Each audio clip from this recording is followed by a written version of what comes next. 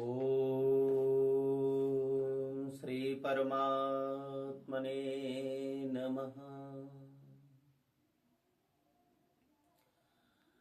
ओम शांताकारं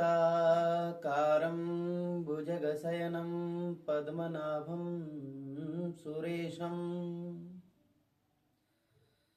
विश्वाधारं गगनसदृशं मेघवर्णं शुभांगम् लक्ष्मीकान्तं कमलनयनं योगभिर्ध्यानगम्यं वन्दे विष्णुं भवभयहरं सर्वलोकैकनाथम्। यं ब्रह्मा वरुणेन्द्र रुद्रमरुतः स्तवन्ति दिव्यैस्तवैः वेदैः साङ्गपदक्रमोपनिषदैर्गायन्ति यमसामगाः।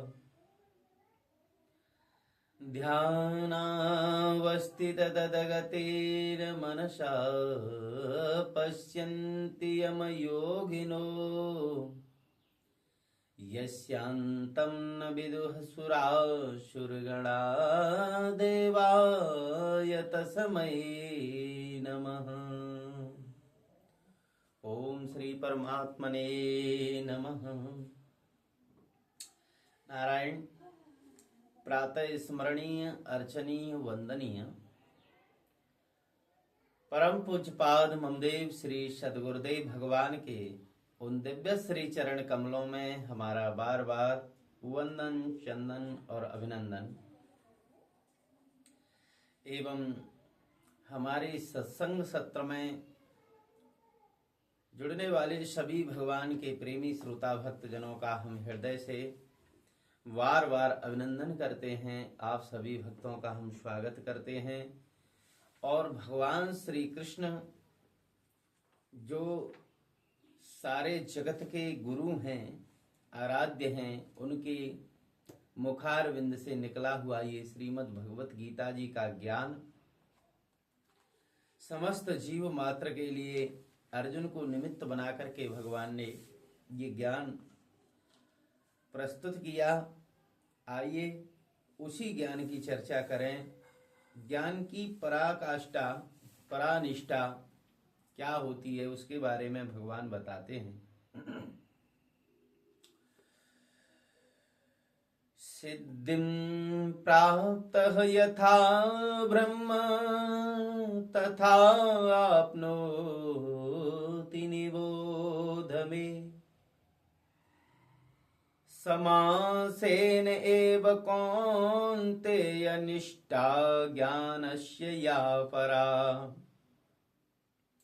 या ज्ञानस्य परानिष्ठा।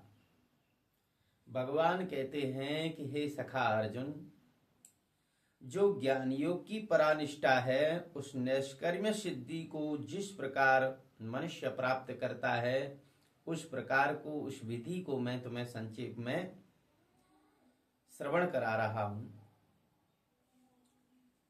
किसी के अंदर ज्ञान की भूमिका है तो ज्ञान के द्वारा भगवान की प्राप्ति करने के लिए पात्रता कैसे प्राप्त की जावे ये भगवान बताते हैं कि बुद्धया विसिद्धोया युक्तः धृत्या आत्मानं नियम्य च शब्दादीन विषयान् त्यक्त्वा रागद्वेषौ विदुष्य च विवेक्त सेवी लगवासी यत वाक्यमानस ध्यान योग परह नित्यं वैराग्यं समुपाश्रितः।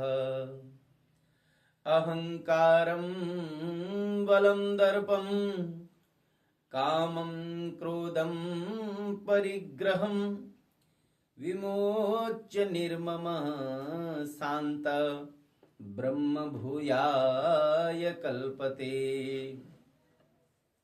भगवान बोले कि हे अर्जुन, विशुद्धया बुद्धया, यानी कि विशुद्ध, विशेष प्रकार से शुद्ध की हुई बुद्धि, यानी कि जिस बुद्धि में केवल परमात्मा का ही स्मरण चिंतन होता है, ऐसी बुद्धि से युक्त हल्का भोजन करने वाला, वो भी सात्विकी भोजन जो बताया गया है कि शरीर को भी स्वस्थ रखने वाला, मन को भी स्वस्थ रखने वाला भोजन। और ये नहीं कि 4 दिन भोजन ही नहीं किया, क्योंकि भोजन नहीं करोगे तो आपका शरीर अस्वस्थ हो जाएगा। तो बोले नियमित भोजन करने वाला, लेकिन हल्का भोजन करता है और सात्विकी भोजन करता है। शब्दादीन विषयानि त्यक्त्वा, शब्द, स्पर्श, रूप, रस, गंध, ये 5 प्रकार के विषयों की तन मात्राएं हैं। जैसे शब्द का उच्चारण हमारा वाकेंद्रिय से होता है, और श्रवण हमारा श्रवणेन्द्रिय के द्वारा होता है, शब्द का श्रवण, और रूप का दर्शन हमें नेत्र के द्वारा होता है। त्वचा के स्पर्श का ठंडा है या गर्म है, हमें त्वचा के द्वारा ये स्पर्श महसूस होता है। तो शब्द, रूप, रस, गंध, रस जो हम लेते हैं वो जिह्वा के द्वारा लेते हैं। तो ऐसा सात्विकी व्यवहार वाला जो व्यक्ति है, जो हल्का भोजन करता है, सात्विकी भोजन करता है, विशेष प्रकार की बुद्धि रखता है, वो शब्दाद विषयों का त्याग कर चुका है, और विविक्त से भी एकांत और शुद्ध देश का सेवन करने वाला, सात्विक धारण शक्ति के द्वारा अंतःकरण और इंद्रियों का संयम करके। सात्विक धारण शक्ति क्या, यानी कि हमारी बुद्धि में जो धारणा होती है, यानी जिसको हम स्वीकार करते हैं, वो भी स्वीकारता शास्त्र के अनुसार होनी चाहिए। जब शास्त्र के अनुसार हमारी धारणा होगी, गुरुओं के द्वारा हमारी धारणा होगी, तो फिर हम अपनी इंद्रियों को संयमित करने में सक्षम हो जाएंगे। इस प्रकार इंद्रियों का संयम करके मन, वाणी और शरीर को वश में करने वाला राग द्वेषौ विदिश्य वैराग्यम, यानी राग द्वेष को सर्वथा नष्ट करके वो सबके प्रति समान रहता है। भक्त का लक्षण यही है कि वो किसी से राग नहीं करता, किसी से आसक्ति नहीं करता, और किसी से द्वेष भी नहीं करता है। दोनों के प्रति वो समान रहने वाला भक्त बलि भांत दृढ़ वैराग्य का आश्रय लेने वाला, यानी वस्तु, स्थान, व्यक्ति, किसी के प्रति जो परमात्मा प्राप्ति करना चाहता है, उसकी किसी के प्रति आसक्ति नहीं होती है, और अगर है भी तो उस आसक्ति का त्याग करना अत्यंत आवश्यक है। और उसके लिए वैराग्य रूपी दृढ़ शस्त्र लेकर के अहंकार, बल और घमंड, यानी किसी प्रकार का अहंकार न हो कि मैं तो तपस्या करने वाला तपस्वी हूं, हाँ, मेरे समान दूसरा कौन तपस्वी है, और न घमंड करे, न अपने भीतर किसी प्रकार की कामना उत्पन्न करे, और कामना उत्पन्न नहीं होगी तो फिर क्रोध भी नहीं आवेगा।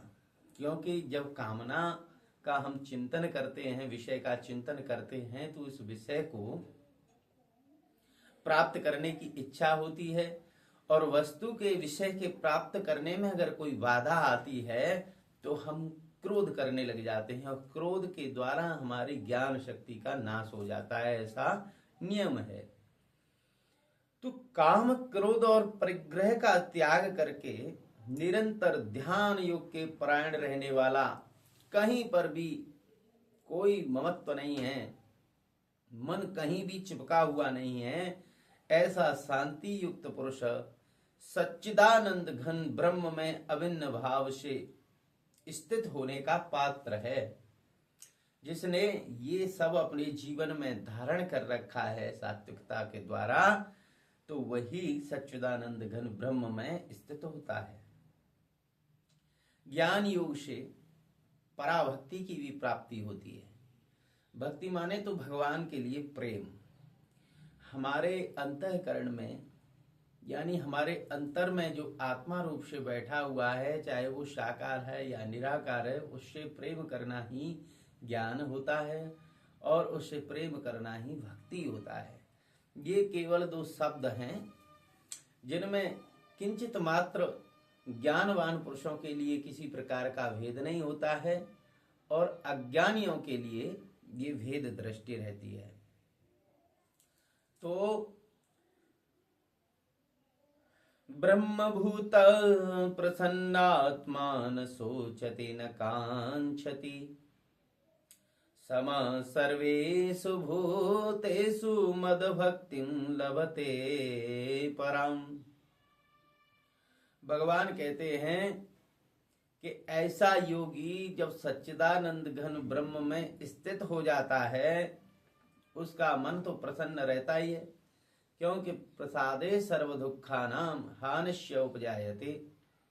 जिसको भगवान के प्रसाद की, भगवान के प्रेम की प्राप्ति हो चुकी है, उसके सारे दुखों का सर्वनाश हो जाता है। ऐसा योगी न तो किसी के लिए सोचती न कांक्षती, न तो शोक करता है न किसी की आकांक्षा करता है। यानी कि जो छूट गया उसके लिए शोक नहीं करने वाला है वो, अथवा जो कुछ आने वाला है उसकी चिंता नहीं करता, और जो वर्तमान में है उसका उसे मोह नहीं है। वो जो समस्त प्राणियों में समभाव वाला योगी, समभाव वाला योगी क्या कि गाय में, हाथी में, कुत्ते में, चांडाल में, वो सब में आत्मरूप परमात्मा का दर्शन करता है। ये विभिन्न प्रकार की आकृतियां हमको अलग अलग मालूम पड़ती है ना, तो इन सब आकृतियों में मूल मसाला एक ही है, सबका अधिष्ठान एक ही है। इसलिए किससे राग करे, किससे द्वेष करे, तो वो योगी समभाव वाला रहता है और वही मेरी पराभक्ति को प्राप्त हो जाता है। पराभक्ति माने तो जो भक्ति का अंतिम चरण है, यानी जो ज्ञान निष्ठा कहते हैं आप, वही भक्ति की पराकाष्ठा। तत्व ज्ञान की जो पराकाष्ठा, तत्व ज्ञान की जो अंतिम सीढ़ी है, उसी को पराभक्ति कहते हैं। यानी कि उसमें ये रहता है कि अब कुछ भी जानने के लिए नहीं रह गया, सब कुछ जाना हुआ हो जाता है। बस वही पराज्ञान और पराभक्ति की पहचान है। चाहे उसको ज्ञान की पराकाष्ठा कहो, चाहे परम सिद्धि कहो, चाहे पराभक्ति कहो, ये सब एक ही बात है। भक्त्या माम अभिजानाति यावान यह च अस्मि तत्त्वतः ततः माम तत्त्वतः ज्ञात्वा विशते तदनंतरम। भगवान श्री मुरली मनोहर श्याम सुंदर पीतांबरधारी कहते हैं कि उस पराभक्ति को जब ये भक्त प्राप्त कर लेता है, साधक उस पराभक्ति में स्थित हो जाता है, सच्चिदानंद घन ब्रह्म भाव में जब स्थित हो जाता है, तो वो मुझ परमात्मा को मैं जो हूं और जैसा हूं और जितना हूं, ठीक वैसा का वैसा मुझे तत्व से जान लेता है और उस भक्ति से मुझको तत्व से जान करके वो तत्काल मेरे स्वरूप में प्रवेश कर जाता है, यानी कि मुझसे वो एक हो जाता है। भक्ति के सहित अगर कोई निष्काम कर्म योग करे तो वो भी भगवान की प्राप्ति करता है। सर्वकर्माणि अपि सदा कुर्वाणः मदव्यपाश्रय मत्प्रसादात् वाप्नोति शाश्वतं पदम अव्ययम्। भगवान कहते हैं कि जो मेरे परायण है, जो मुझे ही अपना सब कुछ मानता है और जानता है और फिर देखता है, श्री गोस्वामी तुलसीदास जी महाराज ने बालकांड में एक दोहा दिया, जड़ चेतन जग जीव जत सकल राम में जान, और जिनके बंदहु कमल पद सदा जोर जुगपान।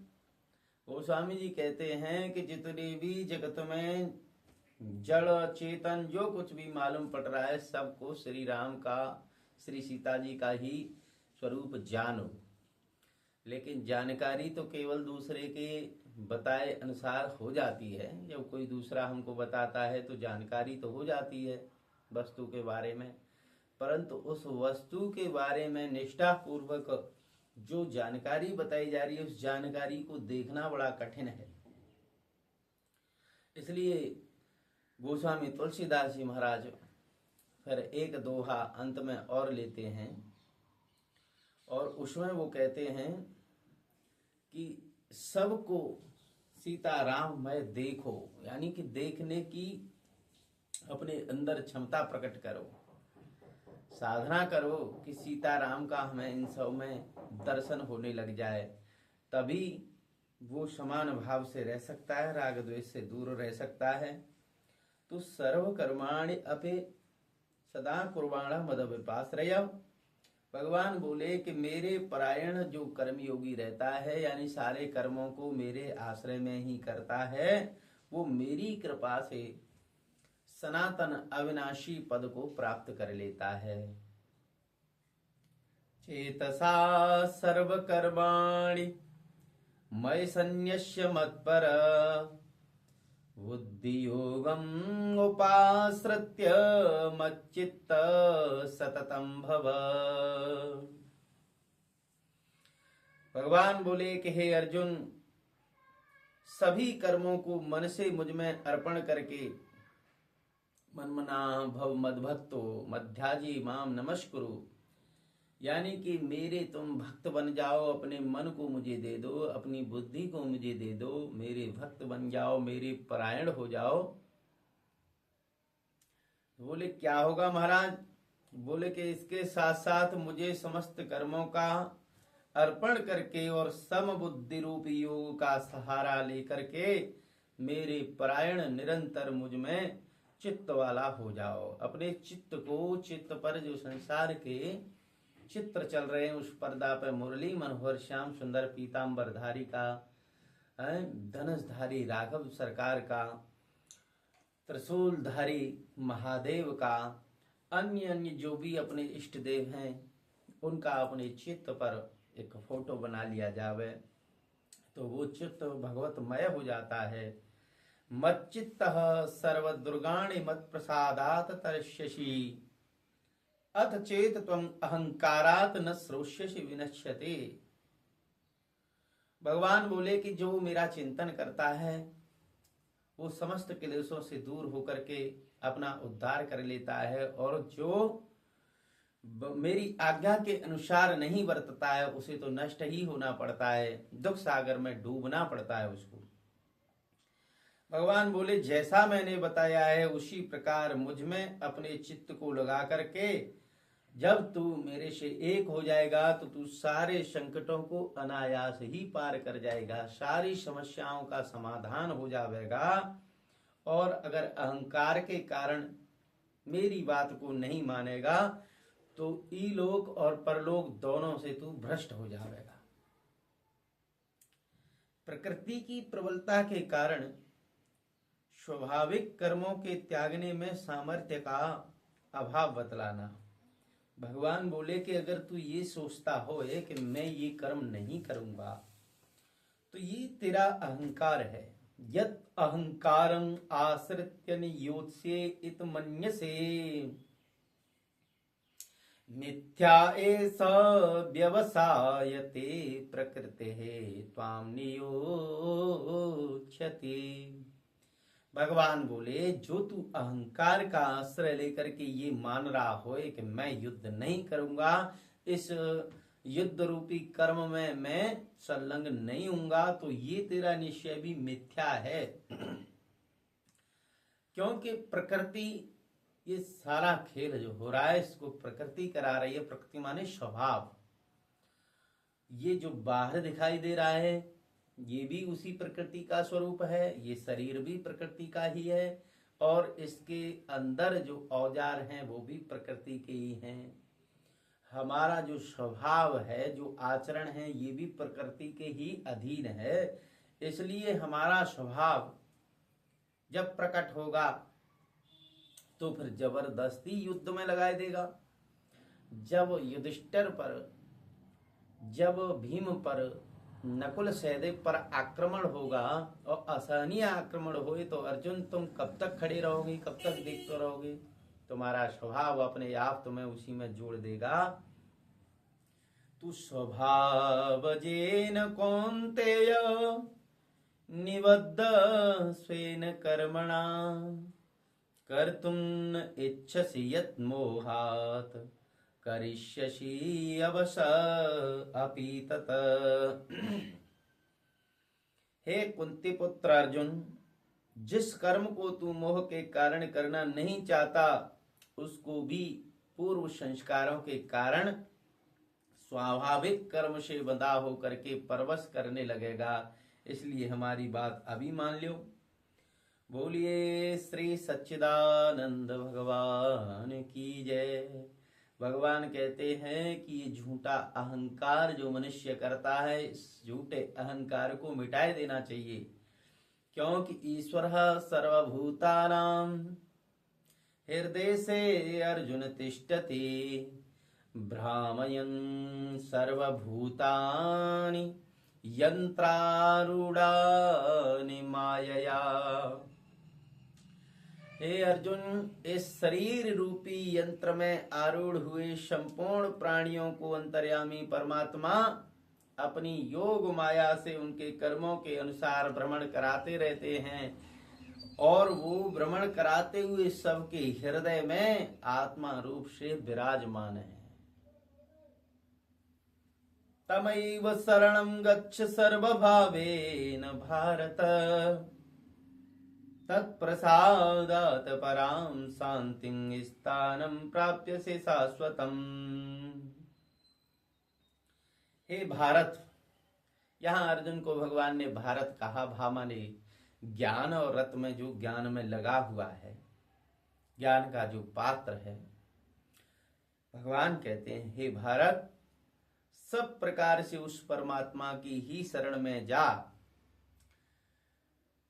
कैसे भी तुम्हारी समझ में आ जाए, उस समझ का सही फल यही है कि आप परमात्मा के शरणापन्न हो जावें। यानी कि हमको जो शर्म आती है, लज्जा लगती है कि हम भगवान के भजन करेंगे, भगवान की कथा का गायन करेंगे तो हमको लज्जा लगेगी। लज्जा नहीं, लज्जा लगने वाले कार्यों में लज्जा नहीं लग रही, और भगवान का शुभ कर्म करने में आपको लज्जा आ रही है। तो लज्जा, भय, मान, बड़ाई और आसक्ति का त्याग करके संसार में अहमता ममता से रहित होकर केवल एक परमात्मा को ही परम आश्रय, परम गति, सर्वस्व समझना तथा अनन्य भाव से अतिशय श्रद्धा, भक्ति और प्रेम पूर्वक निरंतर भगवान के नाम, गुण, प्रभाव और स्वरूप का चिंतन करने रहना, भगवान का भजन स्मरण रखते हुए उनकी आज्ञा के अनुसार अपने कर्तव्य कर्म का पालन निस्वार्थ भाव से करते रहना, ये परमात्मा के लिए आचरण है। यानी सब प्रकार से भगवान के शरण होना है। यानी कि जो कुछ भी हम कर रहे हैं वो भगवान की आज्ञा के अनुसार होए, श्रद्धा पूर्वक होए, उससे हमको कछु नहीं चाहिए, निष्काम रूप से होए। ये सब प्रकार से परमात्मा के शरण में होना है। बोले कि महाराज फिर क्या होगा? बोले उस परमात्मा की शरण में जब इस प्रकार तुम अपना समर्पण करते हुए परमात्मा से एक होंगे तो उनकी कृपा से तुमको परम शांति, सनातन परम धाम की प्राप्ति होगी। आज जो तुमको मृत्यु से भय लग रहा है, आगे की चिंता करके भय लग रहा है, पीछे का शोक करके डर लग रहा है, मोह का डर लग रहा है। इस प्रकार सारे भय, सारे क्लेश तुम्हारे निवृत्त हो जाएंगे और तुम परम धाम को प्राप्त करोगे। अब भगवान ने 18 अध्यायों में श्रीमद् भगवत गीता जी का उपदेश अर्जुन जी को श्रवण कराया और उसी उपदेश का उपसंहार करते हैं भगवान और कहते हैं कि इत्ते ज्ञानम आख्यातं गुह्यात गुह्यतरम मया विमृश्य एतत्तशेषेण यथा इच्छसि तथा कुरु। भगवान बोले कि भैया ये गोपनीय से भी गोपनीय यानी छिपाने योग्य, यानी इसको सब जगह जाहिर नहीं करना चाहिए। जो ज्ञान का अधिकारी नहीं है, जो गीता जी का अधिकारी नहीं है, जो भगवान में श्रद्धा नहीं रखता, उसके समक्ष इस ज्ञान योग की चर्चा नहीं करनी चाहिए। ये गोपनीय ज्ञान है, मैंने ये तुझको बता दिया है और इस रहस्य युक्त ज्ञान को पूर्णतया भलीभांत विचार करके भैया जैसा चाहता हो वैसा ही कर। मेरा काम तुमको सुझाव देना था, समझाना था, सलाह देना था। अब ये सलाह तुमको कैसी लगती है ये तुम जानो। इस प्रकार भगवान चुप हो गए और इसी के साथ श्रीमद् भगवत गीता जी के उपदेश में अब हम विश्राम लेते हैं और आप सभी भक्तों से अनुरोध करते हैं कि आप इस ज्ञान चर्चा को और भक्तों के पास में शेयर करें। बोलिए श्री वृंदावन बिहारी लाल की जय। ओम नमः पार्वती पतये हर हर महादेव। नारायण।